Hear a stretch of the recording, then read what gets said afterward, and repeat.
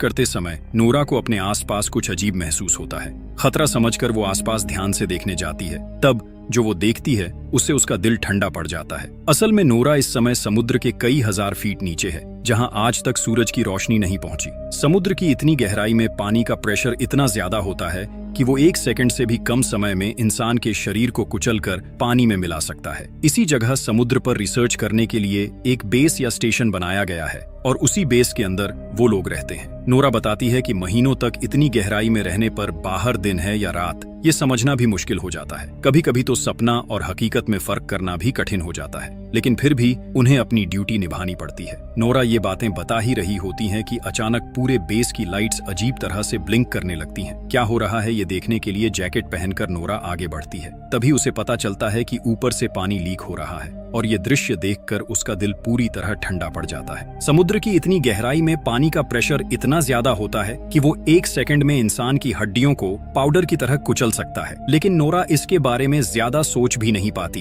कि अचानक बेस की दीवार टूट जाती है और अंदर पानी घुसने लगता है। अपनी जान बचाने के लिए नोरा पूरी ताकत से दूसरे कॉरिडोर की तरफ दौड़ने लगती है और सो रहे दूसरे क्रू मेंबर्स को जगाने की कोशिश करती है। ऐसा खौफनाक मंजर देखकर वहां मौजूद सभी लोग चिल्लाते हुए नोरा के पीछे दौड़ने लगते हैं। काफी कोशिश के बाद वो लोग एक दूसरे रूम तक पहुंच जाते हैं, लेकिन उस रूम के डोर का सिस्टम फेल हो चुका होता है, इसलिए वो किसी भी तरह लॉक नहीं हो रहा था। समय बर्बाद किए बिना नोरा जल्दी से अपने हाथों से उस डोर के सिक्योरिटी सिस्टम को ठीक करने लगती है। तभी वो देखती है कि कई क्रू मेंबर्स पानी से लड़ते हुए अपनी जान बचाने के लिए उनकी तरफ दौड़ रहे हैं। नोरा चिल्लाकर उन्हें और तेज दौड़ने के लिए कहती है, लेकिन डोर तक पहुंचने से पहले ही समुद्र का पानी उन्हें पूरी तरह निगल लेता है। ये भयानक दृश्य देखकर उनमें से एक नोरा से कहता है कि जल्दी से डोर बंद कर दो, वरना सब मर जाएंगे। आखिरकार नोरा फिर से बटन दबा देती है और आखिरी पल में जोरदार आवाज के साथ गेट बंद हो जाता है। कुछ ही सेकंड में सब कुछ फिर से अजीब तरह से शांत हो जाता है। थोड़ी देर बाद उनका एक साथी रोड्रिगो कहता है कि शायद कोई बड़ा भूकंप आया होगा, वरना ऐसा होना मुश्किल है। इसके बाद वो लोग कंट्रोल रूम से संपर्क करने की कोशिश करते हैं, लेकिन वहां से कोई जवाब नहीं आता। मतलब कंट्रोल रूम से उनका पूरा संपर्क टूट चुका था। उसी समय उन्हें एक दिल दहला देने वाली अजीब आवाज सुनाई देती है। उन्हें लगता है जैसे बेस के बाहर कोई बहुत बड़ा रहस्यमय ऑब्जेक्ट पानी के अंदर हिल रहा है और अपने तेज नाखूनों से बेस की दीवारों पर वार कर रहा है। खतरा बढ़ सकता है, ये सोचकर नोरा और रोड्रिगो देर किए बिना एस्केप पॉड्स की तरफ निकल पड़ते हैं। टूटे फूटे बेस के अंदर से गुजरते हुए वो किसी तरह सर्वर रूम तक पहुंचते हैं और खराब हो चुके कम्युनिकेशन सिस्टम को ठीक करने लगते हैं। लेकिन तभी वही डरावनी तेज आवाज फिर से पास से सुनाई देती है। अब उन्हें शक होने लगता है कि ये कोई सामान्य भूकंप नहीं हो सकता। नोरा सिस्टम का डेटा चेक करके देखती है कि पूरा बेस ताश के घर की तरह टूटकर गिर चुका है, सिर्फ कुछ ही हिस्से किसी तरह टिके हुए हैं। इसके बाद नोरा और रोड्रिगो एस्केप पॉड की तरफ जाने के लिए आगे बढ़ते हैं। टूटे फूटे बेस के अंदर से रेंगते हुए वो लोग रास्ता खोजने की कोशिश करते हैं। तभी पीछे से कोई दर्द भरी आवाज में चिल्लाता है, मुझे बचाओ। नोरा पीछे मुड़कर देखती है कि उनका साथी पॉल मलबे के नीचे दबा हुआ है। नोरा और रोड्रिगो मिलकर काफी कोशिश के बाद उसे बाहर खींच लेते हैं। अब तीनों मिलकर एस्केप की तरफ बढ़ने लगते हैं। आगे का रास्ता इतना तंग हो चुका होता है कि उन्हें रेंगते हुए आगे बढ़ना पड़ता है। सबसे आगे नोरा होती है। अचानक उसकी नजर एक डेड बॉडी पर पड़ती है। उस आदमी की आंखें अभी भी खुली हुई थीं और उनमें इतना डर था कि लगता था मरने से ठीक पहले उसने कोई बहुत डरावनी चीज देखी थी। ये दृश्य देखकर उनके मन में डर बैठ जाता है कि शायद समुद्र की गहराई में कोई भयानक चीज जाग चुकी है जो इंसानी कल्पना से भी बाहर है। काफी मुश्किलों के बाद वो लोग आखिरकार पॉड रूम तक पहुंच जाते हैं, लेकिन पॉड रूम में पहुंचकर उनके पैरों तले जमीन खिसक जाती है क्योंकि वहां एक भी एस्केप पॉड नहीं बचा था। वहां सिर्फ कैप्टन लूसियन खड़े थे, लेकिन डोर लॉक होने की वजह से वो अंदर फंसे हुए थे। नोरा किसी तरह बाहर से डोर खोल देती है। बाहर आने के बाद कैप्टन बताते हैं कि जितने भी पॉड्स थे उनमें बाकी क्रू मेंबर्स को पानी की सतह की तरफ भेज दिया गया है। अब उन्हें किसी भी तरह सबमर्सिबल रूम तक पहुंचना होगा। नोरा कैप्टन से कहती है कि पूरा बेस लगभग नष्ट हो चुका है। उन्हें ये भी नहीं पता कि कितने लोग अभी जिंदा हैं या वो खुद बच पाएंगे भी या नहीं। नोरा फिर कैप्टन से पूछती है कि आखिर ये सब हो क्या रहा है, क्या ये सच में भूकंप है या कुछ और। कैप्टन कहते हैं कि अपनी जिंदगी में उन्होंने पहली बार ऐसा कुछ देखा है, लेकिन अब उन्हें मिलकर इस स्थिति का सामना करना होगा। इसके बाद वो लोग कंट्रोल रूम की तरफ जाते हैं, जहां एमिली और स्मिथ पहले से ही बाहर की दुनिया से संपर्क करने की कोशिश कर रहे थे, लेकिन कहीं से भी कोई सिग्नल नहीं मिल रहा था। ऊपर से कंट्रोल रूम को बार बार ऐसे झटके लग रहे थे जैसे बाहर से कोई बहुत बड़ा चीज पूरे बेस को ऊपर की तरफ धकेलने की कोशिश कर रही हो। नोरा सिस्टम चेक करके बताती है कि बेस के ऊपर वाले सभी फ्लोर्स और कूलिंग टावर पूरी तरह खत्म हो चुके हैं, लेकिन असली खतरा बेस का कोर है, जो पूरे बेस को पावर सप्लाई देता है। वो किसी भी समय फट सकता है। अगर कोर फट गया तो धमाका इतना भयानक होगा कि एक पल में पूरा रिसर्च स्पेस राख बन जाएगा। अब उनके पास बचने का कोई रास्ता नहीं बचा, क्योंकि बाकी एस्केप पॉड्स पहले ही टूटकर नष्ट हो चुके हैं। जब सब लोग अपनी निश्चित मौत मानकर उम्मीद छोड़ने लगते हैं, तभी कैप्टन कहते हैं कि उनके पास एक आखिरी मौका है। उन्हें बेस के सबसे गहरे हिस्से में जाना होगा, जहां ड्रिलिंग का काम चल रहा था। शायद वहां उन्हें कोई पॉड मिल जाए। कैप्टन की ये बात सुनकर पॉल कहता है कि वो ड्रिलिंग साइट यहाँ से करीब 1.5 किलोमीटर दूर है। ऐसे हालात में वो वहाँ कैसे पहुँचेंगे? इसी बातचीत के दौरान स्मिथ को ड्रिलिंग साइट से आया आखिरी सिग्नल मिलता है, लेकिन उसे सुनकर सबकी आवाज डर से सूख जाती है, क्योंकि उस सिग्नल में सिर्फ लोगों की दर्द भरी चीखें और किसी भयानक जानवर की डरावनी आवाज सुनाई दे रही थी। इसी बीच अचानक तभी पूरा बेस फिर से अजीब तरीके से कांपने लगता है। ऐसा लगता है जैसे अंधेरे में छिपा कोई दानव पूरे स्टेशन को खिलौने की तरह तोड़ देना चाहता हो। पॉल निराश होकर कहता है कि उन्हें इतनी गहराई तक ड्रिलिंग नहीं करनी चाहिए थी। शायद उन्होंने किसी ऐसे शैतान को जगा दिया है जिसे छेड़ना ही नहीं चाहिए था। कोई और रास्ता न होने की वजह से सब लोग भारी अंडरवाटर सूट्स पहन लेते हैं। अब ये सूट्स ही उनकी जिंदगी की आखिरी उम्मीद थे। लेकिन जैसे ही वो समुद्र की गहराई में कदम रखते हैं, अचानक रोड्रिगो के हेलमेट में दरार पड़ जाती है। पानी के भयानक प्रेशर से पलक झपकते ही उसका पूरा शरीर फटकर चकनाचूर हो जाता है। अपने साथी की ऐसी दर्दनाक मौत देखकर कोई भी खुद को संभाल नहीं पाता। नोरा जब इस काले गहरे समुद्र की तरफ देखती है तो उसे लगता है कि ये सन्नाटा अंतरिक्ष से भी ज्यादा डरावना है। साथी को खोने का दुख और मौत का डर लेकर वो किसी तरह कार्गो लिफ्ट की छत पर कूदते हैं और उसके अंदर घुस जाते हैं। तब कैप्टन सबको बताते हैं कि उन्हें जितनी जल्दी हो सके इस बेस से दूर जाना होगा, क्योंकि ये किसी भी समय ज्वालामुखी की तरह फट सकता है। इसके बाद लिफ्ट उन्हें लेकर समुद्र की ओर भी गहराई में उतरने लगती है। तभी लिफ्ट की स्क्रीन पर किसी पॉड से मदद का सिग्नल दिखाई देता है। कैप्टन जल्दी से लिफ्ट रोक देते हैं और पॉल व स्मिथ को कहते हैं कि जो भी ये सिग्नल भेज रहा है उसे ढूंढ कर लाओ। दोनों फिर से भारी अंडर वाटर सूट्स पहनकर पानी में उतर जाते हैं, लेकिन बाहर इतना घना अंधेरा होता है कि सूट की लाइट से भी ठीक से कुछ दिखाई नहीं देता। आगे बढ़ते हुए स्मिथ को महसूस होता है कि अंधेरे में कोई चीज शायद उनका पीछा कर रही है। किसी तरह वो उस पॉड तक पहुंच जाते हैं जहां से सिग्नल आया था, लेकिन पास जाकर देखते हैं कि पूरा रास्ता किसी अजीब चिपचिपे पदार्थ से ढका हुआ है। उन्होंने पहले कभी ऐसी चीज नहीं देखी थी। पॉड के अंदर किसी को न पाकर वो आसपास तलाश करने लगते हैं। तभी उन्हें केबल्स में उलझा हुआ अपने एक साथी का डेड बॉडी मिलता है। ये देखकर कैप्टन तुरंत उन्हें वापस अंदर आने का आदेश देते हैं, लेकिन उसी समय पॉल और स्मिथ देखते हैं कि उस डेड बॉडी की पीठ के अंदर कुछ जिंदा हिल रहा है। वो कुछ समझ पाते उससे पहले ही उसकी पीठ से बिजली की रफ्तार से एक अजीब जानवर बाहर निकलकर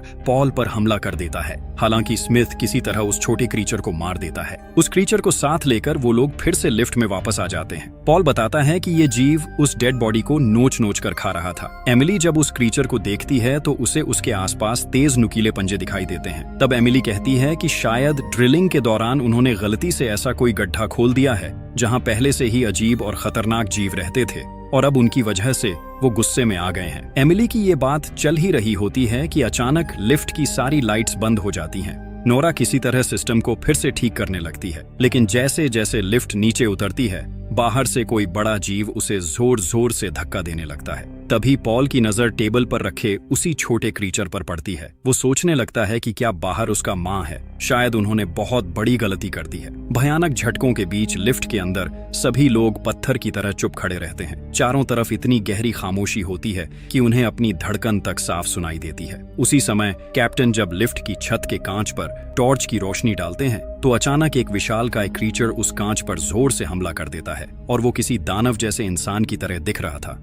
सब लोग बुरी तरह डर जाते हैं। तभी अगले ही पल बेस के ऊपर वाले हिस्से में जोरदार एक्सप्लोजन हो जाता है। रोशनी इतनी तेज होती है कि लगता है जैसे समुद्र की गहराई में अचानक सूरज निकल आया हो। इस धमाके के झटके से लिफ्ट के मोटे केबल्स टूट जाते हैं और लिफ्ट तेजी से नीचे गिरने लगती है। इसलिए सभी लोग जल्दी से अपने हेलमेट्स पहन लेते हैं। लिफ्ट समुद्र की तलहटी से टकराने से पहले ही वो लोग बाहर कूद जाते हैं, लेकिन एक्सप्लोजन की वजह से ऊपर से ब्रिज के भारी लोहे के टुकड़े और मलबा बारिश की तरह गिरने लगता है। अपनी जान बचाने के लिए सब लोग एक दूसरे को संभालते हुए किसी तरह दौड़कर ड्रिलिंग चेंबर के दरवाजे तक पहुंचते हैं। चारों तरफ गहरा अंधेरा होता है और उस अंधेरे में कुछ अजीब सी परछाइयां दिखाई देती हैं। उधर ड्रिलिंग चेंबर का डोर भी जैम हो चुका होता है। काफी कोशिश के बाद वो लोग किसी तरह उसके अंदर घुस जाते हैं। तभी ऊपर से फिर एक डरावनी आवाज सुनाई देती है। कैप्टन सबको समझाते हुए कहते हैं कि शायद ये ऊपर से बेस के टूटे हुए हिस्से गिरने की आवाज है। इसके बाद वो लोग उस सुरंग जैसे चेंबर के अंदर धीरे धीरे आगे बढ़ने लगते हैं। जैसे जैसे वो आगे बढ़ रहे थे, रास्ता और भी संकरा होता जा रहा था। एक जगह पहुंचकर उन्हें पता चलता है कि आगे का रास्ता मलबे की वजह से पूरी तरह बंद हो चुका है। तब नोरा हिम्मत करके कहती है कि वो पानी के नीचे तैरकर दूसरी तरफ जाएगी। वो अपना हेलमेट ठीक से पहनकर पानी में डुबकी लगाती है और तैरते हुए दूसरी तरफ पहुंच जाती है। वहां पहुंचकर वो बाकी सबको भी आने का इशारा करती है। एक एक करके सब लोग दूसरी तरफ पहुंच जाते हैं, लेकिन सबसे आखिर में पॉल रह जाता है। तभी पॉल को महसूस होता है कि पीछे के अंधेरे पानी में कोई मौजूद है। जैसे ही वो पीछे मुड़कर देखता है, एक अजीब क्रीचर पानी के अंदर गायब हो जाता है। कैप्टन उसे बार बार आवाज देते हैं, लेकिन पॉल की तरफ से कोई जवाब नहीं आता। मजबूर होकर सब लोग पॉल के सूट से जुड़ी केबल को पकड़कर जोर से खींचने लगते हैं। कुछ देर बाद पॉल उनके पास वापस आ जाता है और सब लोग राहत की सांस लेते हैं। लेकिन अगले ही पल पॉल की केबल को कोई अदृश्य ताकत दूसरी तरफ से जोर से खींच लेती है। डर के मारे पॉल चिल्लाने लगता है। बाकी सब लोग घबराकर केबल काटने की कोशिश करते हैं, लेकिन तब तक बहुत देर हो चुकी होती है। पलक झपकते ही पॉल के शरीर का एक हिस्सा उससे अलग हो जाता है। अचानक पॉल के हेलमेट में खून भरने लगता है और वहीं उसकी दर्दनाक मौत हो जाती है। ये देखकर बाकी सब डर और दहशत में अपनी जान बचाने के लिए वहां से भागने लगते हैं। कुछ देर बाद कैप्टन फिर से रेडियो के जरिए ऊपर की दुनिया से संपर्क करने की कोशिश करते हैं, लेकिन वहां से कोई जवाब नहीं आता। पॉल की मौत के बाद सब लोग पूरी तरह टूट चुके होते हैं। एक एक करके उनके साथी किसी अदृश्य ताकत के हाथों मारे जा रहे थे। तभी वो लोग एक कंट्रोल रूम में खड़े होते हैं, जहां से बाहर का डरावना नजारा साफ दिखाई देता है। उनके बेस स्टेशन की ड्रिलिंग मशीन इतनी बुरी तरह मुड़ी तुड़ी पड़ी होती है जैसे किसी ने उसे खिलौने की तरह तोड़ दिया हो। स्मिथ हैरान होकर कहता है कि 6000 टन वजन की ड्रिलिंग मशीन का इस तरह नष्ट होना क्या सच में संभव है? एमिली कांपते हुए कहती है कि ये सब उनकी गलती है। उन्होंने समुद्र की गहराई को छेड़ा है और अब समुद्र उनसे बदला ले रहा है। शायद उन्हें यहाँ आना ही नहीं चाहिए था। कैप्टन सबको शांत करते हुए कहते हैं कि उन्हें यहाँ ज्यादा देर नहीं रुकना चाहिए, लेकिन स्मिथ बताता है कि उसका सूट डैमेज हो चुका है और अगर वो बाहर गया तो पानी का प्रेशर सह नहीं पाएगा। इसलिए वो बाकी सबको कह देता है कि उसे छोड़कर आगे बढ़ जाए। स्मिथ कहता है कि अगर वो साथ गया तो सबकी जान खतरे में पड़ सकती है, लेकिन कैप्टन उसे हिम्मत देते हैं और किसी तरह उसका सूट ठीक कर देते हैं। इसके बाद सब लोग पानी के अंदर से ड्रिलिंग साइट की तरफ निकल पड़ते हैं, क्योंकि शायद वहीं एस्केप पॉड्स मिल सकते हैं। पानी के नीचे चारों तरफ घना अंधेरा होता है। तभी नोरा को महसूस होता है कि उसके पीछे कोई है। वो टॉर्च जलाकर देखती है, लेकिन उसे कोई दिखाई नहीं देता। फिर भी उसके मन में एक अजीब डर बना रहता है। उसे बार बार लगता है कि कोई उसके बहुत पास से होकर गुजर रहा है। अचानक नोरा के सामने से एक अजीब क्रीचर तैरता हुआ निकल जाता है। ये देखकर सब लोग डरकर अंधेरे में इधर उधर देखने लगते हैं। कैप्टन तुरंत सबको सूट की लाइट्स बंद करने का आदेश देते हैं। इसी दौरान उन्हें पता चलता है कि स्मिथ कहीं दिखाई नहीं दे रहा। सब लोग उसे ढूंढने लगते हैं। तभी नोरा देखती है कि कोई अजीब चीज स्मिथ को घसीट कर ले जा रही है। नोरा हिम्मत करके उस क्रीचर के पीछे जाती है। वो अजीब क्रीचर स्मिथ को खींचते हुए एक संकरी गुफा के अंदर ले जाता है। कैप्टन बिना एक पल गंवाए उसी गुफा के अंदर घुस जाते हैं। काफी अंदर जाने के बाद कैप्टन को स्मिथ मिल जाता है। किस्मत से स्मिथ अभी जिंदा होता है। कैप्टन उसे खींचकर बाहर ले आते हैं, लेकिन थोड़ी देर बाद कैप्टन को याद आता है कि स्मिथ की गन गुफा के अंदर ही रह गई है। इसलिए वो फिर से गुफा के अंदर जाकर गन निकालने लगते हैं, लेकिन जैसे ही वो वापस लौटने लगते हैं, गुफा की गहराई से एक भयानक मॉन्स्टर अचानक निकलकर कैप्टन को पकड़ लेता है और ऊपर की तरफ खींचने लगता है। कैप्टन के सूट की केबल में फंसने की वजह से नोरा भी उसके साथ ऊपर की तरफ खींचने लगती है। पानी के अंदर संघर्ष करते हुए कैप्टन और वो अजीब क्रीचर एक बड़े प्लेटफॉर्म पर जा टकराते हैं। प्लेटफॉर्म के किनारे कैप्टन को लटका हुआ देखकर नोरा उसे बचाने की कोशिश करती है। तभी वो भयानक क्रीचर फिर से उनके सामने आ जाता है। वो इतना विशाल होता है कि लगता है जैसे वो इस दुनिया का ही जीव नहीं है। वो अपना विशाल मुंह खोलकर नोरा के हेलमेट को निगलने की कोशिश करता है। उसी समय कैप्टन अपनी नाइफ निकालकर उस मॉन्स्टर पर वार करते हैं। दर्द से तड़पकर वो क्रीचर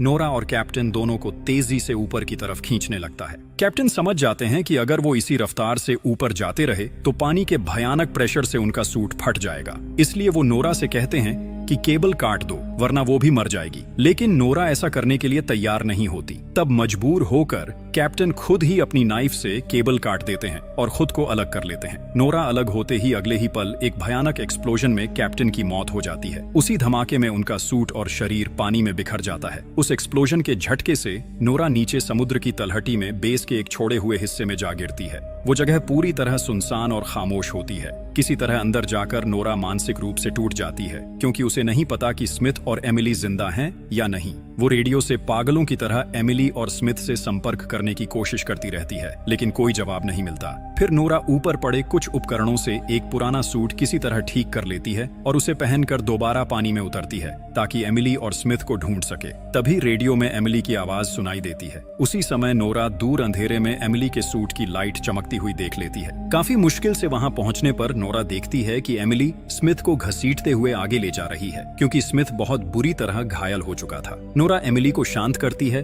और दोनों मिलकर स्मिथ को खींचते हुए उस गहरे अंधेरे की तरफ बढ़ने लगते हैं। चारों तरफ माहौल बहुत डरावना होता है। हर पल ऐसा लगता है जैसे कोई भयानक परछाई छिपकर उन्हें देख रही हो। कई साथियों को खोने के बाद आखिरकार वो लोग ड्रिलिंग साइट तक पहुंच जाते हैं, लेकिन वहां पहुंचकर खुश होने की बजाय वो और ज्यादा घबरा जाते हैं, क्योंकि ड्रिलिंग साइट के मेन गेट तक पहुंचने के लिए बीच में एक पुल जैसा रास्ता पार करना पड़ता है और उस पूरे पुल पर हजारों खतरनाक क्रीचर्स गहरी नींद में पड़े हुए होते हैं। अगर उन्हें मेन गेट तक पहुंचना है तो इन्हीं क्रीचर्स के बिल्कुल पास से गुजरना पड़ेगा, और अगर उनमें से एक भी जाग गया तो पल भर में हजारों जानवर उन्हें फाड़ कर खा सकते हैं। कोई और रास्ता न होने की वजह से वो धीरे धीरे आगे बढ़ने लगते हैं, लेकिन बदकिस्मती से एक क्रीचर अचानक जाग जाता है और नोरा पर हमला कर देता है। नोरा चिल्लाकर एमिली से कहती है कि वो तुरंत वहां से भाग जाए। वो क्रीचर अपना विशाल मुंह खोलकर नोरा को निगलने की कोशिश करता है, लेकिन नोरा डरने के बजाय हिम्मत दिखाती है और अपनी गन से उस क्रीचर के पेट के अंदर गोली मार देती है। दर्द से तड़पते हुए वो क्रीचर वहीं मर जाता है।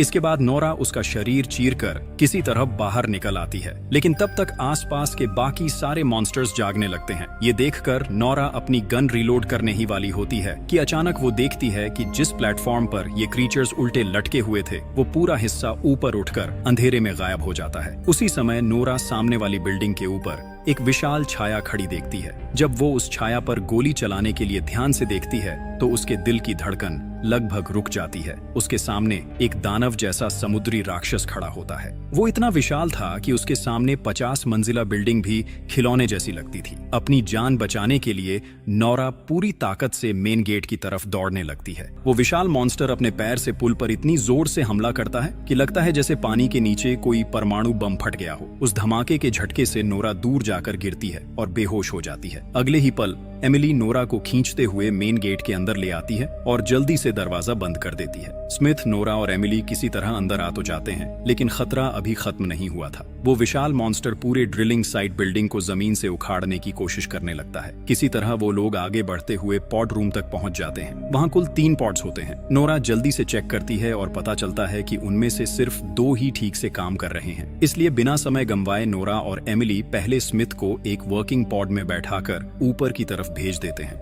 इसके बाद नोरा एमिली से कहती है कि वो दूसरे पॉड में बैठ जाए, लेकिन एमिली समझ जाती है कि बाकी बचा पॉड खराब है, इसलिए वो नोरा को अकेला छोड़कर जाने के लिए तैयार नहीं होती। तब नोरा उसे समझाते हुए कहती है कि स्मिथ के साथ उसका पूरा भविष्य है, इसलिए उसे जाना ही होगा। एमिली रोते हुए कहती है कि नोरा को जरूर वापस आना होगा, वो उसका इंतजार करेगी। ये कहकर नोरा एमिली का पॉड लॉन्च कर देती है। अब पूरे बेस में सिर्फ नोरा ही अकेली बची होती है। उसी समय पॉड रूम की कांच की दीवारों पर बाहर से छोटे छोटे क्रीचर्स हमला करना शुरू कर देते हैं। नोरा सिस्टम चेक करती है और देखती है कि हजारों अजीब क्रीचर्स स्मिथ और एमिली के पॉड्स का पीछा कर रहे हैं। नोरा गहरी सांस लेकर बेस के पावर कोर को अपने हाथों से ओवरलोड कर देती है। इससे पूरे बेस स्टेशन का सेल्फ डिस्ट्रक्ट मोड चालू हो जाता है। कुछ सेकंड की काउंटडाउन खत्म होते ही वहां भयानक एक्सप्लोजन हो जाता है। ये धमाका इतना ताकतवर होता है कि वो विशाल समुद्री मॉन्स्टर भी इससे बच नहीं पाता। उसके साथ साथ बाकी सारे क्रीचर्स भी